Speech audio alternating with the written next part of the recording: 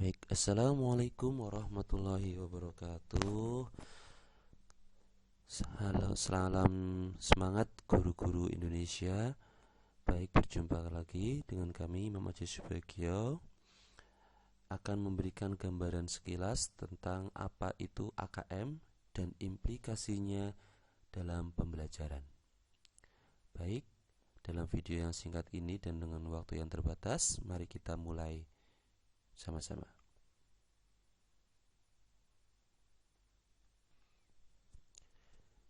Baik, apa itu AKM?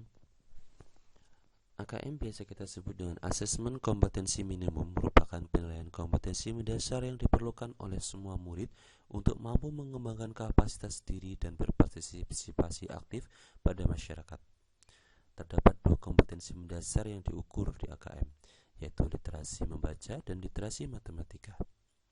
Baik pada literasi membaca maupun numerasi, kompetensi yang dinilai mencakup keterampilan berpikir logis sistematis, keterampilan bernalar menggunakan konsep dan pengetahuan yang telah dipelajari, serta keterampilan memilah serta mengolah informasi. AKM menyajikan masalah-masalah dengan beragam konteks yang diharapkan mampu diselesaikan oleh murid menggunakan kompetensi literasi membaca dan numerasi yang dimilikinya. AKM dimaksudkan untuk mengukur kompetensi secara mendalam, tidak sekedar menguasai konten. Tujuan AKM dalam pembelajaran terdapat tiga komponen penting, yaitu kurikulum atau apa yang diharapkan akan dicapai, pembelajaran bagaimana mencapainya atau prosesnya, dan asesmen apa yang sudah dicapai.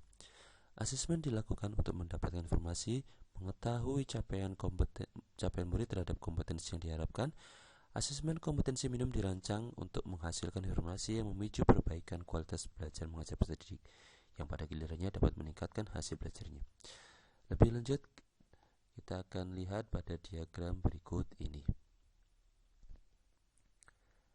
Konten pembelajaran biasa kita sebut dengan kurikulum, kemudian kompetensi mendasar, literasi dan membaca dan literasi, dan menjadi konten mata pelajaran. Kompetensi untuk menguasai konten itu sendiri. Komponen instrumen AKM. Untuk memastikan AKM mengukur kompetensi yang diperlukan dalam kehidupan juga sesuai dalam pengertian literasi membaca dan numerasi yang telah disampaikan tadi, soal AKM diharapkan tidak hanya mengukur topik atau konten tertentu, tetapi berbagai konten seperti konteks dan pada beberapa tingkat proses kognitif.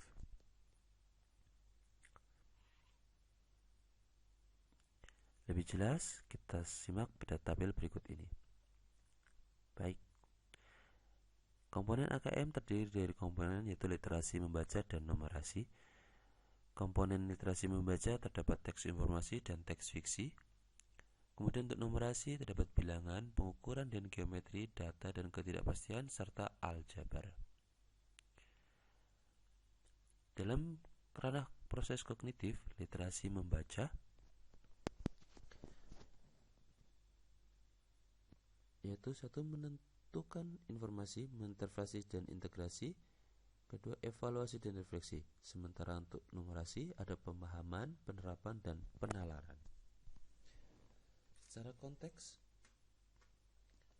ada personal, sosial budaya dan saintifik. Begitu juga dengan numerasi, kurang lebihnya sama, personal, sosial budaya dan saintifik. Kita akan memberikan satu buah contoh tentang soal untuk kelas 5 SD. Ada dua orang sahabat sedang melakukan perjalanan panjang. Ketika di tengah perjalanan mereka terlibat dalam suatu perdebatan. Pertengkaran itu terjadi sampai salah satu dari mereka menampar yang lainnya. Sahabat yang ditampar itu tak berkata apapun, tapi menuliskan suatu kalimat di atas hamparan pasir. Tulisan tersebut berbunyi, "Hari ini teman baikku menamparku." Walaupun mereka bertengkar, tetapi mereka melanjutkan perjalanan bersama. Saat perjalanan mereka menemukan sebuah sumber air dan memutuskan untuk mandi. Namun malang nasib teman yang ditampar tadi, ia tergelincir dan hampir tenggelam di dalam sumber air tersebut. Melihat itu, tentu saja teman yang menampar tadi menolongnya. dan ia pun selamat. Hari ini teman baikku menyelamatkan nyawaku, ukirnya pada sebuah batu. Teman yang telah menampar dan menyelamatkan nyawanya tadi bertanya, "Mengapa saat aku menyakitimu kamu menulis di atas pasir, sedangkan aku membantu kamu mengukirnya pada batu?" Kemudian ia menjawab, "Karena menulis di atas pasir mudah terhapus oleh sapuan angin, sedangkan mengukir di atas batu tidak mudah hilang oleh terpaan angin kencang sekalipun." Berdasarkan teks di atas, maka ada 3 soal yang disiapkan dalam 3 bentuk yang berbeda.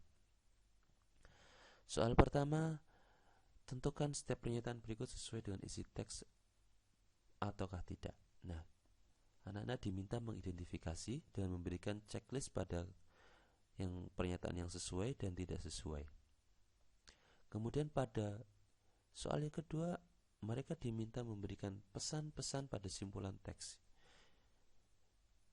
Kemudian pada pertanyaan yang ketiga, pada taraf yang lebih tinggi, peserta didik diminta untuk mencermati pantunnya apakah sesuai dan identifikasikan dengan teks tersebut. Jika ada jarum yang patah, jangan disimpan di dalam peti. Kalau ada kata yang salah, jangan disimpan di dalam hati. Apabila memilih sesuai, maka peserta didik diminta untuk menjelaskan kenapa mereka memilih sesuai.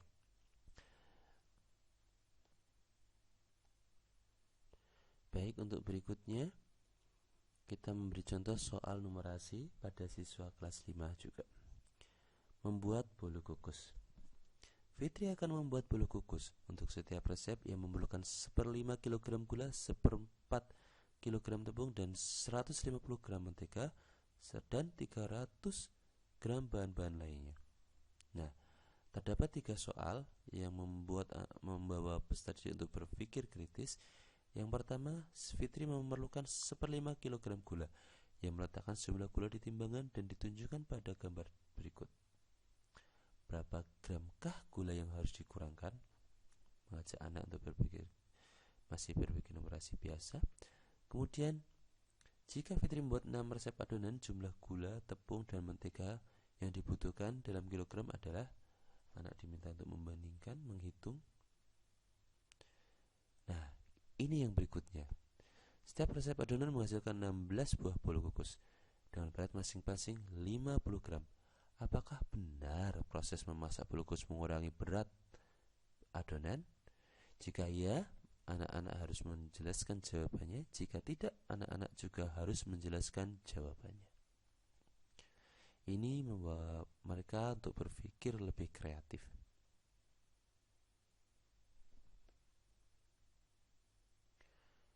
Baik, kita bandingkan dengan contoh soal ujian sekolah untuk kelas 5.